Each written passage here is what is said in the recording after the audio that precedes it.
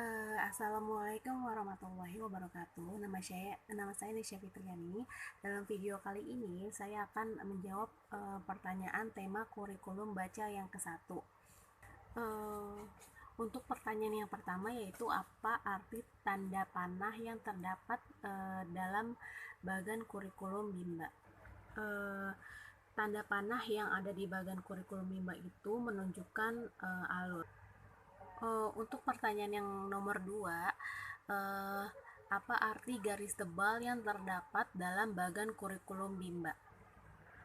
Garis tebal yang ada dalam bagan kurikulum Bimba itu menunjukkan syarat, yaitu syarat yang harus terpenuhi memberikan materi selanjutnya.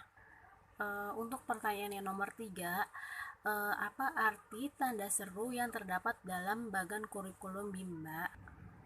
Nah, arti dari tanda seru itu berarti harus berhati-hati dan pastikan tujuan dan syarat dari materi tersebut sudah terpenuhi atau belum untuk melangkah ke tahap materi selanjutnya. Untuk pertanyaan yang keempat, jelaskan bagaimana cara membaca bagan kurikulum Bimba. Nah, cara membacanya seperti yang saya miliki, bagan kurikulum baca Bimba, yang dimana kotak yang paling atas ini itu menunjukkan tahap persiapan, sedangkan di area bawah ini adalah tahap awal kelas Bimba A I U E O. Terus cara membacanya di sini ada beberapa kotak materi, yaitu yang pertama adalah 4 HVK, HVJLNTRC, HVAIUEO, dan HVBDG KMPSY. Nah, yang pertama itu adalah materi persiapan. Tahap selanjutnya dari 4 HVK, misalnya 4 HVS. Nih 4 HVK, misalkan ke 4 HVS. Dan D4 HVK. Lalu di sini tidak ada menunjukkan adanya syarat yang harus dipenuhi untuk melangkah ke materi selanjutnya. Sedangkan untuk tahap 4 HVS ke D4 HVS, 4 HVS ke D4 HVS, nah ini memiliki garis tebal di bawahnya.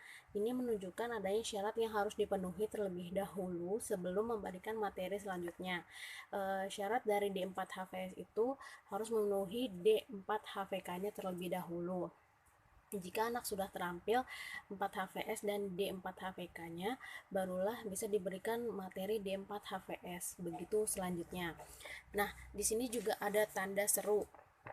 Di sini juga ada tanda seru yang itu juga artinya harus hati-hati dalam memberikan materi tersebut dan harus memastikan bahwa materi sebelumnya anak sudah terampil dan mampu menguasai materi tersebut sebelum melangkah ke materi selanjutnya.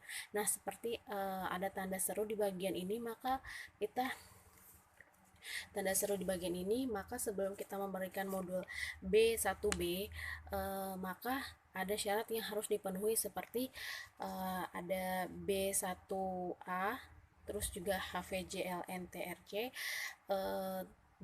D4 HVS, D4 HVS. Nah, jika itu sudah terpenuhi, maka kita boleh memberikan modul B1B. Begitu juga selanjutnya. Nah, untuk pertanyaan yang kelima, apa syarat HSAIUEO? Yaitu anak sudah diberikan materi dan terampil mengucapkan HVAIUEO. Pertanyaan yang keenam, apa syarat modul B1B? Yaitu anak sudah diberikan materi dan terampil dalam memberikan D4 HVK, HSAIUEO, dan HVBDG KMPSY. Yang ketujuh, apa syarat modul B1B? Yaitu anak sudah diberikan materi dan sudah terampil dalam dikte 4 HVS, HVJLNTRC, dan modul B1A. Untuk pertanyaan yang ke-8, apa syarat D4 HVS? Yaitu anak sudah terampil 4 HVS dan D4 HVK-nya. Untuk pertanyaan yang ke-9, apa tahap selanjutnya setelah 4 HVK? Nah, tahap selanjutnya setelah 4 HVK adalah tahap ke materi 4 HVS dan D4 HVK. Yang ke-10, apa tahap selanjutnya setelah B1A, yaitu kita dapat memberikan modul B1B. Namun dilihat dulu apakah modul B1B memiliki syarat lain atau tidak. Jika memiliki syarat lain, maka harus dipenuhi semua syaratnya terlebih dahulu, maka barulah kita memberikan modul B1B. Untuk pertanyaannya ke-11, apa tahap selanjutnya setelah B1E? Yaitu modul B1E dan B4, namun sebelumnya harus diperhatikan dan dipenuhi syarat-syaratnya. Jika sudah terpenuhi, baru kita sebagai motivator bisa memberikan materi B1F dan B4. Yang ke-12, apa tahap selanjutnya B1 setelah B4? Kita dapat memberikan modul B5, namun perlu diperhatikan kembali bahwa pemberian modul B5 juga memiliki syarat lain selain B4, yaitu B1F dan B3. Jika semua sudah terpenuhi syaratnya, maka baru bisa memberikan materi B5 kepada anak, jika anak sudah mampu dan menguasai syarat-syarat yang telah ditentukan. Sekian dari saya. Wassalamualaikum warahmatullahi wabarakatuh.